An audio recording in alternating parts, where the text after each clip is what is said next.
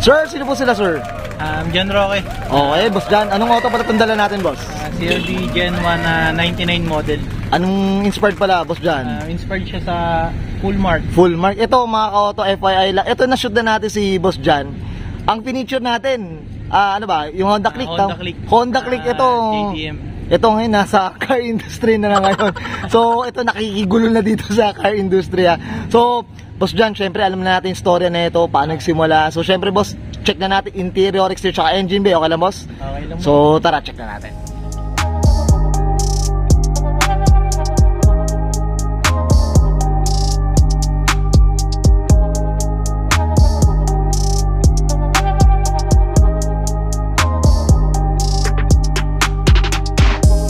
Okay, usapang interior tayo, boss John. Anong meron dito, boss? Sige po. Sa interior, wala pa namang ganong napapalitan. Okay. Yung ano lang, yung sidings, yung upuan, full mark na. Okay. Then sa likod, naka-overhead speaker karoserya na rin siya. Ayun, oo. Ito, magkano na ba yung presyo ng mga ganyan, ano, boss John? Sa ngayon, nakita kong market price niya nasa 11.5 something. Depende na sa condition, boss. Depende pa sa condition ng mismong speaker ng overhead. Ito, boss, yung mga full mark na ganito, magkano bang presyo? Ito, ako, gusto ko rin ng ganito eh. Ano bang, ano na ito, presyoan na ito? Sa nakikita ko pa lang, yung unang nakita ko sa market, set siya eh, kasama sidings nasa 14,000 to 20k. No, mga ganun. Ito pala, ano, boss John, ha, kating kita, boss, sorry. Ito, may ano, kompleto na talagang meron ang sunroof. Ang sunroof, talagang ano, talagang kompleto na rin. Unti-unti na lang, di ba? Ito, meron ka pa dito, boss. Ito, magkano na rin. Rare puffs na rin. Oo, shades old. 13 to 16k. Grabe, no? Mas gusto ko stock eh. Diyos ko eh, oh. Oo, yung mga ganyan, no? Diyos ko. Ito, boss, ano na? Ito, curious lang. Gaano katagal na ba sa itong auto na to, boss? Sige po. Siguro nasa 3 months pa lang. 3 months pa lang, oo. Si mga auto, sobrang piniem pa tayo nito ni Boss John. Kung syempre, saan tayo magpapa-PM? Syempre, shoutout tayo kay Bob, boss, di ba? Kay Bob 55, no? Kay Boss Ednel. Okay, Boss Ednel, shoutout tayo dyan, boss. Ayan, okay. Boss, okay ka na dito sa ano? Interior? Check naman na, oo. Gano'n special sa interior. So, check naman natin yung ano, boss, labas, boss, okay lang? Sige, so, tara.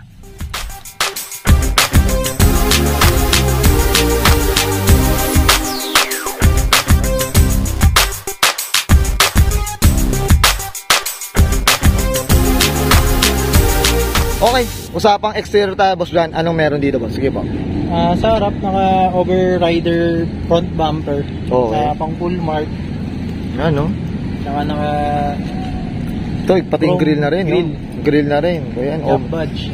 Ito, mahal na itong overrider na ganito, boss, eh, no? Oo, nasa ano na yata siya, nasa 37k. Ay, Diyos ko. Huwag na lang. Oh. Ito, boss, regarding sa kulay, ano nakuha mo, ito na. Ganyan na. Nung nakuha ko siya, bagong repaint. Okay. Na Battleship Gray. Oo, no? Shoutout tayo, no? Iba rin tayo, ang ganda yung Battleship Gray rin.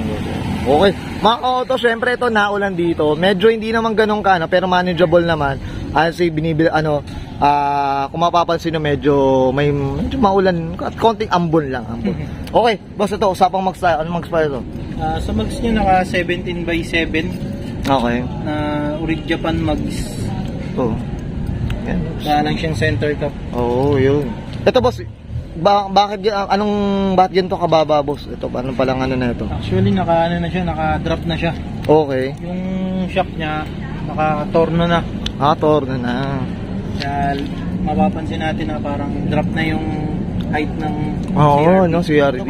Ito, meron tayong ano na rin, bull bar dito na, yung sa side, Oo, nerf bar, may nerf bar na rin. Meron din siya pangarap, pero hindi na babagay sa kasi kumbaga alam ko pang OEM na bumper kasi yung mga ganun eh. Okay, yan boss, ito yung mga bubble na ano, no? Na tawag dyan, rain visor, mahal na rin talaga. Hirap na rin siya hanapin. Hirap na rin talaga. Ginto na rin, tama ba, boss dyan? Ito, boss, dito sa likod, boss, ano meron dito, boss? Sige po. Sa likod wala naman din, sticker lang. Ito lang, tsaka yung spoiler, boss. Ito, mahal na ito, no? Hirap na rin hanapin sa ngayon. Pinakamura nakita ko, nasa 13 na, mga ka-auto, alam natin yan. Diyos ko, boss dyan, diba? Mahal na nga ganyan. Hindi akma sa hindi pa ano. Minsan, wag mo nang papintura para hindi makadagdag sa presyo eh, diba? Okay mga kauto, ayan, full mark to mga kauto. So, merong isa kasi yung plaka, pag yung plaka nasa, yung may ano, no? Meron kang tire, spare tire. Spare tire. Yung performa naman, tama ba, boss? So, yan. Okay. Boss John, okay ka na dito sa exterior? Okay na po. Check naman natin yung engine, okay lang? So, tara. Okay, usapang makina tayo, Boss John. Anong meron dito, boss? Sige po. Sa makina, wala rin naman bago. Nagpalit lang ako ng air intake na Ito yung fat tube dyan. ako na pot tube na ano. Yan, no? Para siyang rubber plastic ba yun? Ito. So, yung init, hindi siya Hindi siya ganun kainit. Hindi ganun kainit. Okay. So, ito, tidal wave to, mga kauto. Yan ang pagkakalang kapag 99. May iba, tidal wave, meron naman iba yung, straight na, mga ganun, mga kauto. Okay, alam ko sa CRB 97, 98 naka B16 yata or B18. Okay. Itong 99 model pataas naka B20 na siya. B20 na. Okay. Yan okay. So yan, no. Comment down below kayo mga ka-auto dito sa video ni Sir John. Okay. Tapos John, ito. High tension yata, mukhang bagong palit yata. Bagong palit lang. Mukhang mainit-init pa. Galing din kay Bob. Ayan, shoutout tayo dyan. Shoutout kay Boss Ednel, kay Boss Carlo. Ayun, okay. Let's go. Okay, Boss John, okay ka na ba? Okay na po. Ayan, thank you. Okay guys, nakita natin interior exterior tsaka engine bay. Siyempre, usapang CRV tayo mga kauto, Gen 1. So, Boss John, siyempre di sa auto culture, gets mo na to, boss. Siyempre, shoutout na tayo, boss. Sige po. Okay, unang-una shoutout sa family ko, lalo na sa asawa ko kay Anari. Kahit minsan pinagtatalunan namin mga ganitong bagay galing sa auto at sa motor. Tsaka sa mga kaibigan, lalo kay Kuya KD. Number 1, Kuya KD, kay Kuya Islaw, kay Jayben, Dayben, yan. Yun, okay. Tsaka sa nag-aalaga rin ng auto ko kay Above 55. Yun, okay. Shoutout kay Boss Ednel kaya kay Boss Carlo. Yun, okay. Let's go. Up tayo dyan from Oro Culture. Boss John, okay na po? Okay na po. Okay, so guys, sasabahin ko na answer John Roque. Pasok ka na 1999. Honda CR-V Gen 1, mga auto, usapang full mark inspired, and this is Oro Culture.